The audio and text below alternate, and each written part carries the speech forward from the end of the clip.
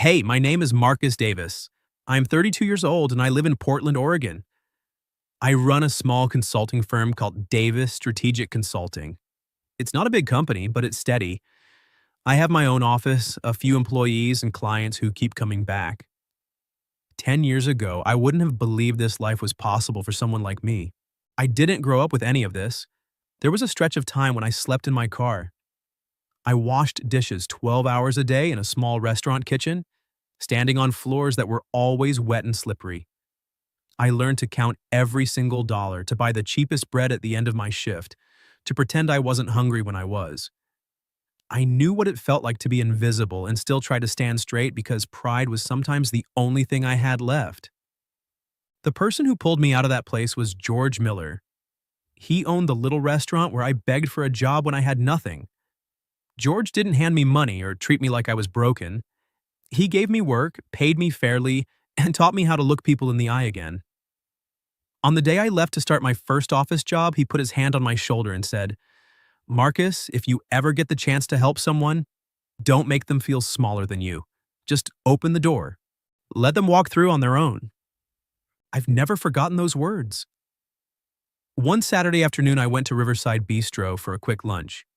It's a family-style place near the river, nothing fancy. I ordered chicken tenders and fries, something simple I still liked from the days when that was all I could afford. The food came out hot and crispy, and I was halfway through the plate when they walked in. A woman in a faded blue dress came through the door first. Her brown hair was tied back low, and her face looked tired but careful, like she was working hard to keep everything together. Next to her was a little girl, maybe 6 years old, with messy blonde curls and one small hand gripping the side of her mother's dress. They didn't look around like people on a day out. They looked like they were trying not to be noticed. I watched the woman study the menu. She wasn't choosing. She was calculating. Her eyes moved straight to the prices before she even read the descriptions. When the server came over, she spoke quietly, almost too quietly for me to hear. The server leaned in and said something about tax, or that the kids' menu discount no longer applied. I saw the woman's shoulders tighten. She opened her wallet. There were only a few small bills and some coins inside. The little girl wasn't looking at the menu anymore. She was looking at my plate, not with curiosity or greed, just quiet, steady hunger. The kind of look that comes from a child who has already learned not to ask for too much. Something pulled tight in my chest. I remembered standing outside a bakery in Seattle years ago, staring at the bread behind the glass and telling myself, I could last one more day if I just didn't think about it. The woman said something to her daughter. The girl nodded, but her eyes stayed on the food. Then the mother stood up. She took her daughter's hand and turned toward the door. No scene, no explanation, no asking anyone for anything. She was simply leaving. I pushed my chair back and stood up before I even decided what I was going to do. I walked fast, caught up with them just outside the restaurant, and said, "Excuse me, could you wait a second?" The woman turned around immediately. Her eyes were sharp and guarded. It wasn't the look of someone proud. It was the look of someone who had been hurt before by people who said they only wanted to help. "I noticed you didn't get to order," I said, keeping my voice low. "If you don't mind, you and your daughter can sit at my table. I ordered too much." She shook her head right away. "No, thank you. We're fine. I'm not trying to offend you." Her voice got harder. "I already told you, we're fine. I don't take charity." I didn't push. I just nodded once. "I understand. I'm sorry if I made you uncomfortable." She didn't answer. She simply turned, took her daughter's hand again, and walked away down the sidewalk. The little girl looked back once over her shoulder, her eyes still on the restaurant. I stood there for a long moment after they were gone. The afternoon light felt too bright. I went back inside, sat down in front of my half-eaten food, and didn't touch it again. I had money. I could have ordered 10 more plates without thinking twice. I could have run after them and put cash in her hand. But I knew that kind of help often wasn't help at all. For someone who had been pushed around by life, kindness offered the wrong way could feel like another trap. That night, I sat in my office long after everyone else had gone home. I kept thinking about George's words. Just open the door, let them walk through. I didn't know the woman's name, I didn't know her story, but I knew one thing for certain. She didn't need a stranger buying her a meal so she could feel small. She needed a chance that felt safe, clear, respectful. And if I was going to be the one to offer that chance, I was going to have to learn how to be patient. Nearly a week later, I saw them again at Riverside Park. It was a weekday afternoon, the kind of quiet October day when the leaves had started turning, but the air still held a little warmth. Emma was on the swings, her small legs pumping with effort. Sarah sat on a bench nearby, her body angled so she could watch her daughter without ever fully relaxing. She didn't have a phone in her hand. She wasn't scrolling or texting. Every part of her looked like she was standing guard. I chose a bench farther down the path, far enough that it wouldn't feel like I was watching them. I opened a book and kept my eyes on the pages. I didn't want her to think I had come here looking for her, even though part of me had. She noticed me within the first few minutes. I saw her back straighten. One hand moved to rest on the strap of her bag like she was already preparing to leave if I stood up. I stayed seated. I turned a page I hadn't really read and let her decide whether I was a threat. Over the next 2 weeks, I kept coming to the park when I could. Some days I only walked through, other days I sat and read. I never approached them, I never waved. I made sure there was always distance between us. Slowly, the space shrank on its own. One day I sat 2 benches away. Another day, only one. On a Thursday afternoon in the middle of October, we ended up on the same long bench. She was at the far end. I was at the other. Emma played a few yards in front of us with a small plastic shovel and a bucket of dry leaves. Neither Sarah nor I spoke.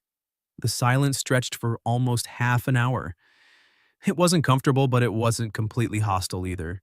It just existed between us. Then Emma came running over. "Mama, that's the man from the restaurant, right?" Sarah's voice was immediate and firm. "Emma, don't bother people." I closed my book and smiled at the girl. "Hi, Emma. My name is Marcus." She looked straight at me with the kind of honesty only children still have. "Do you still eat chicken tenders?" I laughed before I could stop myself. "I do, but I didn't bring any today." Emma smiled. Sarah reached out and gently pulled her daughter closer, not roughly, just protectively. Then she looked at me. "I appreciate that you haven't pushed," she said. Her voice was quiet but very clear. "But I need to be honest with you. I don't accept help from strangers." I nodded. "I understand." "No," she said. "You don't." She glanced at Emma, then back at me, like she was measuring whether she should continue. After a moment, she did. "My name is Sarah Mitchell. This is my daughter, Emma. 2 years ago, her father left. I had been staying home with her, so I didn't have recent work experience or references. I applied everywhere. No one wanted to hire a single mother with a gap in her resume." She paused and smoothed Emma's hair with one hand. "Then I met a man named Richard Hale. He owned a few small businesses. He gave me a job with good pay and flexible hours. I thought I had finally found someone decent." Her voice flattened. "At first it was fine. Then he started asking for more, staying late, having dinner with clients, wearing the clothes he picked, smiling more. Every time I hesitated, he reminded me that I owed him, that no one else was willing to hire me. That I should be grateful." Emma moved closer to her mother's side. "When I finally said no," Sarah continued, "he told me I didn't understand how the world worked. He said if I wanted to keep the job, I had to show my gratitude the right way." I stayed quiet. I didn't interrupt. I let her say it the way she needed to. "I quit that same day," she said, "but Richard had connections. He called the places I applied to after that, told them I couldn't be trusted, that I stole money, that I used men to get ahead. I lost the apartment. We stayed in a shelter for 4 months. Eventually, I found work doing laundry for cash. The pay is low and there's no security, but at least I don't owe anyone." She looked at me then. Her eyes were red at the edges, but her voice stayed steady. So when you offered to help at the restaurant, when you kept showing up here, I kept waiting for you to name the real price. Because I've learned that nothing is free. Sooner or later, there's always a bill. The words sat heavy between us. I didn't rush to tell her I was different from Richard. I knew men like him said the same thing. Instead, I said, "Thank you for telling me." Sarah looked surprised. I went on, "I'm not going to stand here and say I'm not like him.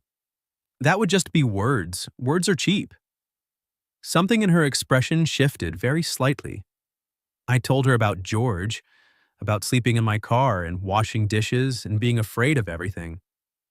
I told her how George had given me work without making me feel like I owed him my dignity. Then I took out one of my business cards and placed it on the bench between us instead of handing it to her. "I need an administrative assistant," I said. "Scheduling, emails, preparing client materials, organizing files. This isn't charity, it's a real job. There will be an interview, a contract, a probation period, a clear salary." Sarah didn't reach for the card. "I'm not asking you to answer right now," I said. "If you want to interview, call the office. If you don't, that's fine too. I'll still come to the park when I can. Emma can still play on the swings." She stared at the card for a long time. "Why are you doing this?" she asked. "Because George opened a door for me once. Now it's my turn to open one. Whether you walk through it is up to you." I stood up. "It was good to meet you properly, Sarah. And Emma, your swing technique is impressive." Emma grinned. Sarah didn't smile, but the sharpness in her eyes had softened just a little. 3 days passed with no call. On the 4th day, the office phone rang. When I picked it up, Sarah's voice came through, careful and formal. "Mr. Davis, this is Sarah Mitchell. If the position is still open, I would like to interview." I sat up straighter. "It's still open. Would Monday at 9 work for you?" "Yes." On Monday, she arrived 15 minutes early. She wore a dress that had been ironed carefully and carried a resume printed on slightly yellowed paper. I interviewed her the same way I would have interviewed anyone else. I asked about her organizational skills. She answered clearly. I asked how she handled pressure. She said she was used to managing multiple things at once. When I asked about the gap in her work history, she didn't avoid it. She simply said she had been caring for her daughter, and then faced some difficult circumstances. She didn't have impressive degrees, but she was sharp and careful and clearly capable of learning fast. At the end of the interview, I said, "I'd like to offer you the job." She stayed very still. I slid the contract across the desk. 3 months probation, same as any new employee. Market rate salary, benefits after you're permanent. Take the contract home. Read it carefully. Have someone look it over if you want. You don't have to sign today. Sarah picked up the papers and read through them quickly. "It's fair," she said. "It should be. You're not worried I won't do the work well?" "I'll expect good work. If you don't meet the standard, I'll tell you. If you do, you'll be paid accordingly. This is a job, not a favor." For the first time since I'd met her, Sarah smiled. It was small, but it was real. "Then I accept." I nodded. "Welcome to Davis Strategic Consulting." I didn't know it then, but the day Sarah walked into my office didn't just change her life. It also changed the way I understood what it meant to help someone without taking anything from them in return. Sarah started the following week. I treated her exactly like any other employee. I didn't ask about her personal life unless it was necessary for work. I didn't give her special treatment or call her after hours for anything that wasn't strictly business. When she made a mistake, I corrected it calmly. When she did something well, I acknowledged it the same way I would with anyone else. The first few days, she was extremely tense. Every time I called her into my office, she walked in like she was bracing for bad news. Every time I gave feedback, she apologized immediately, even for small things. When I told her, "It's fine, just fix it," she looked at me like she wasn't used to mistakes being treated as something that could simply be corrected. But she began to settle. In her second week, she suggested a better way to schedule meetings so clients in different time zones wouldn't overlap. In the third week, she caught an error in a contract before I signed it. In the fourth week, she reviewed our software subscriptions and found several we no longer needed, saving the company money without being asked. I realized I had almost passed on a genuinely capable person simply because her past looked messy on paper. One evening, when the rest of the office had already gone home, I noticed Sarah was still at her desk finishing a client file. I stood in her doorway. "You can leave that for tomorrow." She looked up. "I know, but I'd rather finish it now while it's fresh." I nodded. "Don't overwork yourself." She studied me for a moment. "You really will tell me if I'm not doing the job well, right?" "Of course." "And you won't use the fact that you gave me this job to make me accept anything I don't want?" I understood why she asked. I answered directly. "No, this is work. The contract protects both of us. If you ever want to leave, you follow the notice period. If I ever need to end the position, I follow the same rules. No one owns anyone here." Sarah looked down at her desk. "It sounds simple when you say it, but not everyone does it." She nodded. "True." 6 weeks after she started, the real test came. It was around 8 o'clock at night when my phone rang. Sarah's name appeared on the screen. I assumed it was something work-related, but when I answered, her voice was panicked. "Mr. Davis, I'm sorry for calling so late. Emma has a high fever. She's having trouble breathing. I'm taking her to the ER right now, but tomorrow morning I have to prepare files for the client meeting. I know I'm still on probation. I know I shouldn't ask for time off so suddenly, but Sarah," I cut in, keeping my voice steady. "Stop. Take Emma to the hospital. Work is not more important than your daughter." She went quiet for a few seconds. "But the probation contract—" "I don't care about the contract right now. Your daughter is sick. Call me after you get to the hospital. I'll handle the office side. I don't know if I have enough money. I don't have good insurance. Which hospital?" "County General." "I'll come." "No, you don't have to." "I'm coming because you shouldn't be sitting there alone while your daughter can't breathe properly." "I'm not coming as your boss." I hung up before she could argue further. On the drive to the hospital, memories I usually kept buried came back sharply. I remembered sitting in an emergency room years ago with my little sister when she had a high fever. I remembered staring at the bill afterward and feeling my stomach drop. Poor people don't just fear getting sick, they fear what comes after. When I arrived, Sarah was in the waiting area holding Emma in her lap. The little girl's face was flushed, her breathing labored, her eyes half closed. Sarah was stroking her hair and whispering, "Mama's here. Mama's here." She looked up when she saw me.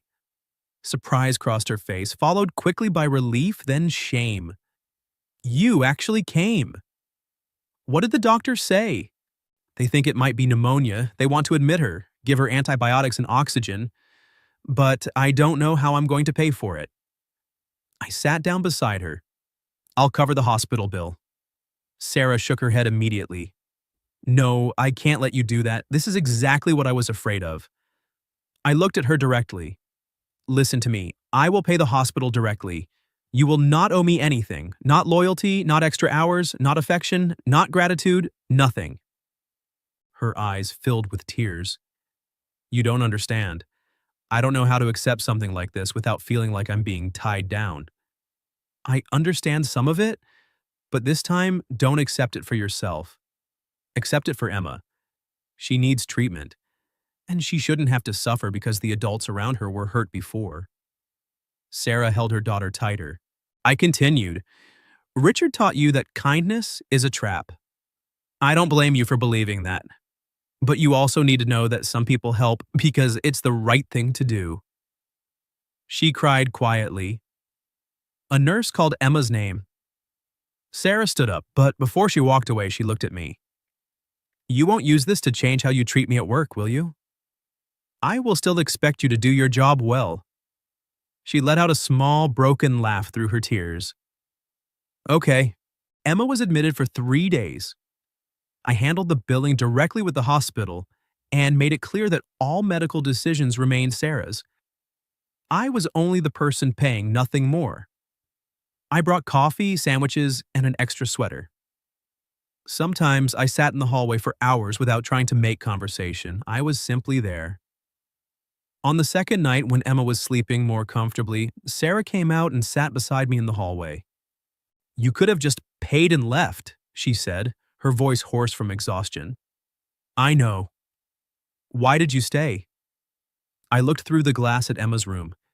Because when someone is afraid, sometimes presence matters more than money. Sarah didn't answer right away, but she didn't sit as far from me as she used to. On the third morning, Emma's fever broke. She opened her eyes, saw her mother first, then saw me standing in the doorway. "Mr. Marcus is still here?" I smiled. "I'm still here." Emma's voice was small. "You're good like Mama." Sarah started crying immediately. Not because she was sad, because after months of living in suspicion, she had just heard her daughter call a man good without fear. When Emma fell back asleep, Sarah looked at me. "Thank you, not just for the money, for staying and not turning it into chains." I answered, "Thank you for letting me prove that I wouldn't." I didn't say it out loud, but that night I understood something clearly. I no longer saw Sarah as just someone I wanted to help. I had started to care about her in a way that went beyond what an employer should feel for an employee. And because of that, I had to be even more careful. If I ever let my feelings turn into pressure or expectation, I would become a prettier version of Richard. I could never allow that to happen. Emma came home after 3 days in the hospital. Sarah took a few extra days off, then returned to work. I didn't ask too many questions. I didn't treat her differently in front of the team.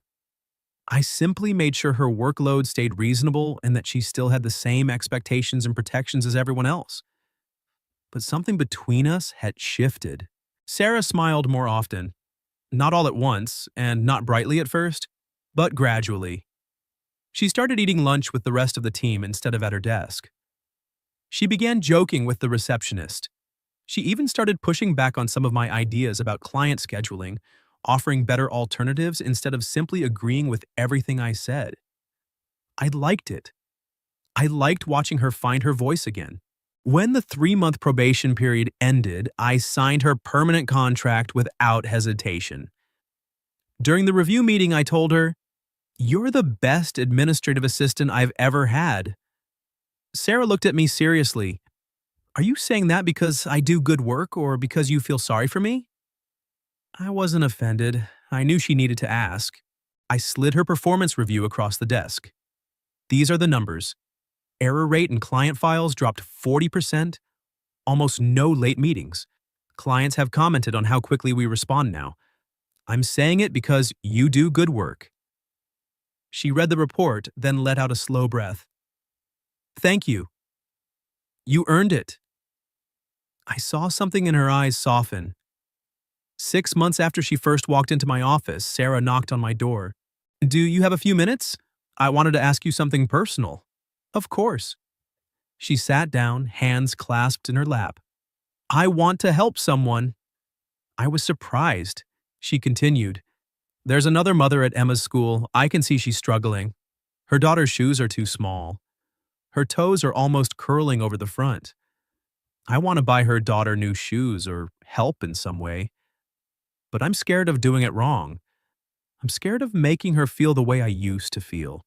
I looked at Sarah and saw the full arc of her journey in that question. She hadn't forgotten her pain. She had turned it into understanding. I said, "Start with something small and clear. For example, just a pair of shoes. Not, 'I will save your life.' Just, 'I have an extra pair that's barely used. If your daughter can wear them, that's good.' Or, if you want to be more direct, tell her you were once in a difficult place and you'd like to help with one small thing, no strings attached." Sarah nodded slowly. "What if she says no?" "Then respect it. Helping someone doesn't mean forcing them to accept." She gave a small, sad smile. "It's harder than I thought, because helping while still protecting the other person's dignity is delicate work." Sarah looked at me. "I'm learning that from you." I shook my head. "You're learning from your own experience. I'm just trying not to damage it." She stood up to leave but didn't walk out right away. "Emma wants to invite you to dinner." She said she wants to thank you for staying at the hospital. She also wants to show off the new apartment. I hesitated. The new apartment? Sarah smiled. This time it reached her eyes. I signed a lease, 2 bedrooms. It's not big, but it's clean and safe and close to Emma's school. For the first time in 2 years, I have keys to a place no one can suddenly take away from us. I felt something tighten in my throat. I'm really happy for you. So am I. That Saturday evening, I went to Sarah's apartment. I didn't bring anything expensive, just a small potted plant and a loaf of garlic bread, because she said she was making spaghetti. The apartment was modest but warm. There were drawings by Emma on the refrigerator. Yellow curtains hung in the windows. A small vase of cheap flowers sat on the table, arranged carefully. Sarah seemed a little shy when she opened the door. It's not much. I looked around. It's a home. The words made her eyes turn glassy. Emma ran out to show me her new bedroom.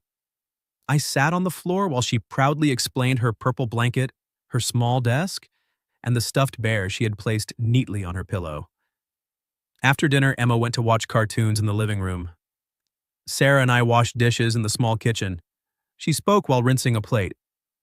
I've managed to save some money. That's good. I want to donate to the community center you support. Not a lot, but it's my money. I don't want to pay you back for the hospital bill because you made it clear that wasn't a debt. But I want to pass it forward. She handed me an envelope. Inside was a check for $500. To me, $500 wasn't a large amount anymore. But for Sarah, it represented weeks of careful saving. Money that could have gone toward new clothes for Emma, or better groceries, or simply more security. I looked at her. Are you sure? I'm sure. I want Emma to grow up understanding that when you have a little extra, you share it. Not because someone owes you, but because there were times when you needed someone to share with you. I couldn't stop myself. I stepped forward and pulled her into a hug. Sarah went stiff for a second. Then she let go. She cried quietly against my shoulder. I said, "You've come a very long way." She answered, "I couldn't have done it without you." I pulled back slightly so I could see her face. Yes, you could have. It might have taken longer, it might have been harder and more painful, but that strength is yours. I only opened a door. Sarah looked at me for a long time.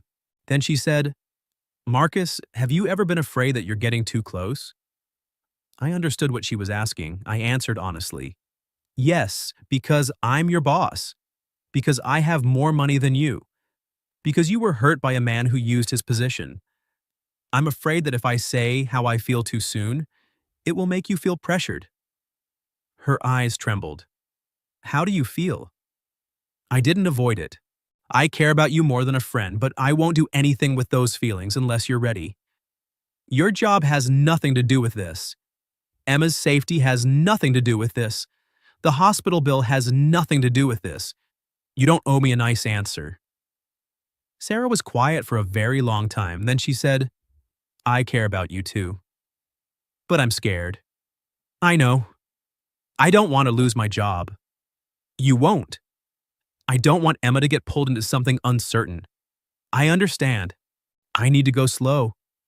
I nodded. We'll go slow. She looked at me, checking whether I truly meant it. Then she reached out and gently took my hand. It wasn't a big promise. It was just her hand resting in mine in a small kitchen after an ordinary dinner. But to me, it was more trust than any declaration could have been. Marcus and Sarah didn't rush. Over the next 3 months, we kept everything clear. At the office, she remained an employee of Davis Strategic Consulting. I continued to evaluate her work based on performance. To avoid any complications, I transferred direct supervision of Sarah to Megan, our Chief Operating Officer. Sarah agreed with the decision. I wanted her to know that if things between us ever ended, her job would still be safe. Outside of work, we saw each other slowly. We went for coffee. We took Emma to the park. We cooked together at her apartment. We volunteered together at the community center on weekends. Emma started by calling me Mr. Davis. Later, she switched to Marcus. One afternoon, she asked, "Are you Mama's boyfriend?" Sarah nearly choked on her water. I crouched down to Emma's level. "I'm a very close friend of your mom's, and I respect her very much. If one day your mom wants to call me something different, that will be her decision." Emma thought about it for a few seconds. "So you'll still come eat spaghetti?" I smiled. "If your mom invites me." Emma nodded. "Okay then." Sarah looked at me after that conversation, her expression softer than before. She began helping the other mother at Emma's school. She didn't make a big announcement. She started small, a pair of new shoes for the girl, saying Emma had outgrown a pair she barely wore. Then came a few shared dinners. Later, she connected the woman to a job support program at the community center. One evening, Sarah told me, "I understand now. Helping someone isn't about pulling them in the direction you want. It's about standing close enough that if they need to hold a hand, your hand is there." I answered, "George would have liked that." She asked, "Do you still think about him a lot?" "Every day." George had passed away 3 years earlier, but his photograph still sat in the top drawer of my desk. An older man with a round stomach and a white chef's coat, his hand resting on my shoulder from the time when I was thin and exhausted, with dark circles under my eyes. 1 year after the day I first saw Sarah and Emma at Riverside Bistro, we organized a community meal at the support center. It wasn't a big event. There was no press, just long tables, hot soup, bread, salad, and a few simple desserts. Sarah worked at the serving station, her hair tied back, wearing gloves, smiling at each person who came through the line. Emma was in charge of handing out napkins. She took the job very seriously, as if it were the most important task in the world. I stood in the kitchen and watched Sarah from a distance.